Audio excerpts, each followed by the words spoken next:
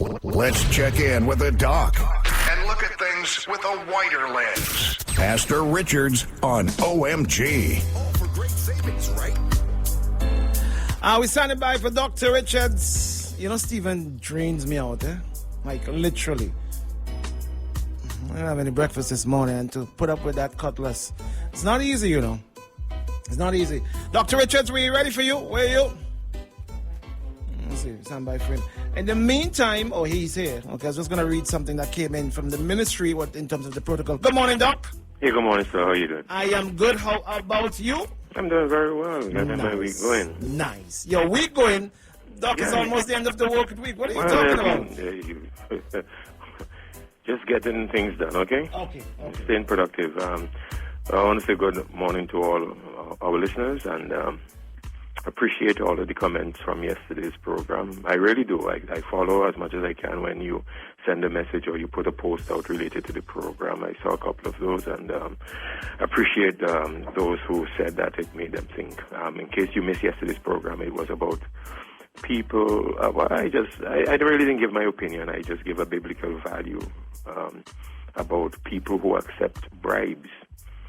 And they do so to present lies as truth and to present truths and to make them as if they are lies, to take people's truth and twist these truths and get others to believe that they are lies. You can't mess with the truth like that. So I talked about that yesterday. I'm not going to give up on this because more and more, and even that was for what I listened this morning, that was the conversation, whether it was on an electoral level, on other levels related to what's happening in public service, promotion, who gets promoted, who doesn't get promoted. I listened to the earlier part of this morning. I missed the latter part after Jerry, but I listened and I heard enough to hear that my commentary yesterday is still pertinent and relevant.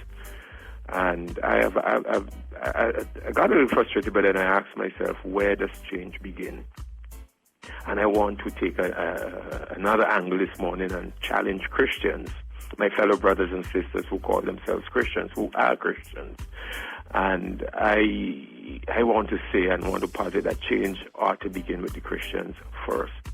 That our Christianity ought to mean something in this milieu and in this mix where we talk about people's integrity and talk about character and talk about cheating and talk about so many different things. Our Christianity needs to mean something and make a difference.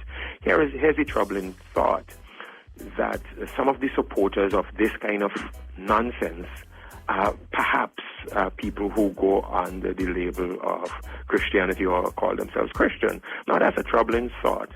It is not something that I am kind of clutching at straws, and I think that there's some measure of substance to this kind of thinking, that it is possible that Christians are complicit. Let me see if I should. Let me go ahead and use that word, complicit. That Christians are complicit. We would expect Christians to call out vehemently, clearly, and directly call out these kind of things. We would expect them to disavow and to distance themselves from people who are engaging in this. But again, I use the word complicit. That maybe it's possible that Christians are even supportive of and tolerate and say nothing when they are aware. I mean, even justify. And let's learn from let me start outside of St. Vincent before I come home. Let's learn from the religious right.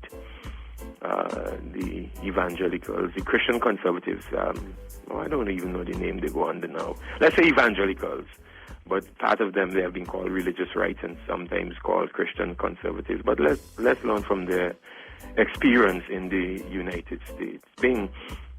To begin with, and let me not go back to Pat Roberts and way back when, old history. Let me just go back to Trump. To begin with, it was unthinkable that many of them would be supporting Trump. It was real, and I was there in the 2000. I remember being there for the election itself. On the day before the election, I talked to one of my friends. He's a pastor there. I talked to my friend. He's a pastor. He said, I said, who you voted for? You going to vote for? He said, I'm voting for Trump. He said, yeah. I said, you voted for Trump? He said, yeah, I'm going to hold. Let me tell you exactly what he said. He said, I'm going to hold my nose. And in other words, Trump is stinking up the place. I'm going to hold my nose. I'm going to vote for Trump. I'm going to hope that somehow, because, the vice president being Pence, I'm going to hope that somehow he dies in office very shortly, and that, Pence would be my man. Because he was totally appalled at Trump, the values that were projected by Trump that were counterthetical, they were not congruent with his own biblical values. It was very clear to him that Trump presented an enigma, and that Trump's values nowhere found congruence with his own Christian biblical values. But yet, because he was a long-standing Republican, he decided, well, I have to vote for Trump. But outside of that, it was unthinkable. Even for him as a white evangelical, it was unthinkable that Christians really should out and out be supporting Trump. So there was a time when some within the evangelicals thought that there was such a clash of values that it was just reprehensible to be supporting Trump. But in 3 short years, something changed. And this group of religious right or Christian conservative or evangelicals, take your pick, they have become the group that is perhaps the most loyal supporter of Donald Trump. They are extremely supportive and even vocally so of him. And I tell you why. Because, and it goes back to my commentary yesterday, of what you get out of supporting stuff like this. Because of his position on Planned Parenthood. Now, mind you, they have good reasons for supporting him. He has made certain decisions with respect to Planned Parenthood that have pushed a platform for the evangelicals. The evangelicals have long had a platform against Planned Parenthood and the butchering of babies, especially black babies. What he has said about bringing prayer back in school, which I never thought that prayer was absent from school, but never mind. Who am I? I'm a West Indian. I know that in the churches that I was involved with in the United States, that their members and their youth led prayers in school, student-led prayers and all of that. So prayers were never absent from school, but Trump spouts that narrative of prayer being put him back in school. So, he's doing things that are on the evangelical agenda, putting Christ back into Christmas. He said, I'm going to put Christ back into Christmas. Well, I don't know that Christ was ever back out of Christmas, but it was a very good talking point. But one of the things that he has done that has really garnered the support of the Christian evangelicals in the United States, he has been prolific at this in appointing conservative judges in various levels of court, district courts, and the lower courts, and then even up to the Supreme Court. He has appointed a lot of conservative judges, and I think he has and this is going to be a major part of his legacy, that he has appointed 2 very conservative judges to the Supreme Court that will make decisions in a conservative fashion for years to come. Things that the Christian conservatives have been clamoring for, the evangelicals and the religious right. They're going to, long after Trump has left office, his imprint will be upon American life by the decisions of these judges, conservative decisions. So, all praiseworthy things. And because of this, the evangelicals are totally in support of Donald Trump and ignore his compromise of integrity, his divisiveness, abuse of power. I can go on and on. So many different things that are blatant and are right there. The lies that are well documented. He is, and my evangelical friends in the United States who are listening to me, I am not dogging you, and I know many of you do listen to my program, so I'm not dogging you. I'm just saying that this is what has happened. I have seen and I've heard a very solid support, loyal from the evangelicals, and this has taken place in natural progression. That what we thought would not have happened has happened. How did we get here? All right, let me bring this home. How did we get here? Where the reprehensible, because there was a point at which it was reprehensible. The reprehensible has become applaudable. Well, let me give you the intermediate steps. The reprehensible first became tolerable. We could tolerate him. And then it became acceptable. We can accept some of what he's doing. And then very quickly, and then in just 3 years, this revolution has taken place. These kind of things became justifiable. And this started justifying what Trump was doing. Justifying it. Sophists. And then defending it. Very well articulated defense. Franklin Graham and others, evangelical leaders, have defended him. And then it has come to the point where he's now applaudable. He's greatest president ever, and he's just commendable. So why am I challenging the Christians this morning? And why did I use America? Because I saw what has happened there, and I wonder if in St. Vincent, because we are not as Christians divorced from the democratic process, we are not divorced from national life, we are not divorced from social life. We are part and parcel of the mix. And I think the Bible appoints us to be, and God wants us to be, watchmen over our societal values.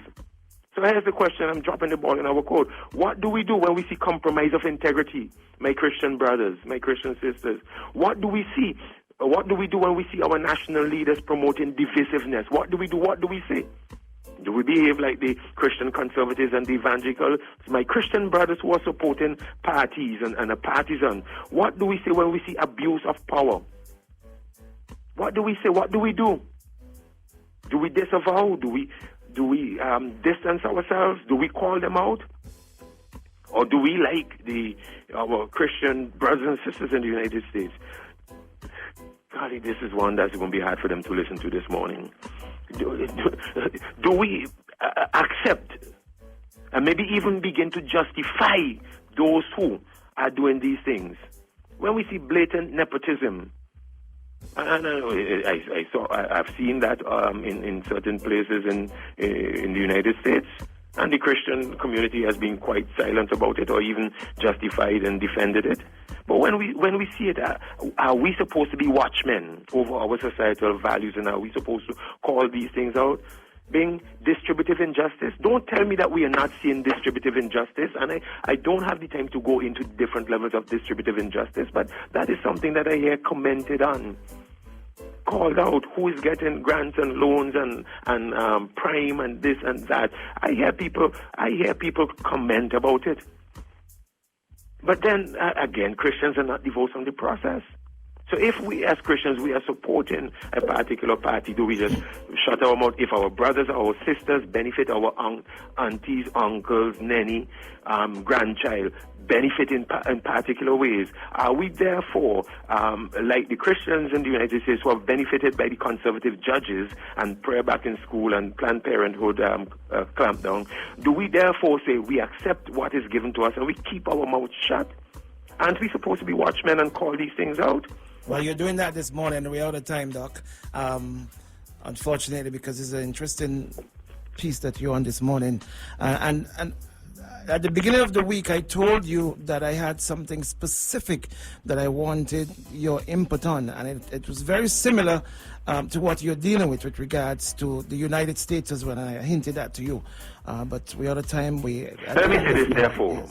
My brothers and sisters, I feel very passionate about this. I think it's about time where we hear these things and we have substantive details and facts, and we can substantiate with evidential support. I think that regardless to where we line up, that we have a higher mandate that is above partisan politics, that is above any other allegiance.